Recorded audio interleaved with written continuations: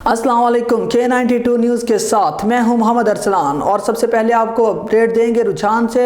NADRA registration centre रुझान में खवातीन को शनाख्ती कार्ड बे फॉर्म के हसूल में शदीद मुश्किलात का सामना। मुस्तनद जराए ने बताया है कि नादरा रजिस्ट्रेशन सेंटर रुझान में दूर दराज इलाकों से तहसील भर से आए हुए सैकड़ों मर्दों खवातीन जो कि बंगला हिदायत, उमरकोट, भागसर, बदली, मीरापुर ट्राइबल एरियाज, मैदानी इलाकों, दरियाई इलाकों, दरिया पार बंगला, अच्छा सोन मियानी, सब्जानी, कच्चा चौहान, गोठ मजारी, शाहवाली, कोट खेवाली से खवातीन अपने शीरख्वार बच्चों को गोद में लेकर मौसमी असरात को झेलते हुए अली सुबह रुझान दफ्तर में जमा होते हैं और टोकन के हसूल के लिए जिन्हें अजियत का सामना करना पड़ता है। जराए ने बताया है कि यहाँ पर माफियाज काम कर रही हैं। किसी के 5 टोकन रोजाना और किसी के 10 टोकन, किसी के 20 टोकन, जो के 1000 रुपए से लेकर 1500 रुपए में टोकन दिया जाता है। और दूर दराज से आए हुए सैकड़ों मर्दों खवातीन जलीलो ख्वार होकर चली जाती हैं। जराए ने बताया है कि ये टोकन की किसाद बाजारी बरसों से जारी है मगर इनको कोई भी नहीं सुनता। जराए ने बताया है कि इस गेम में सब शरीक हैं और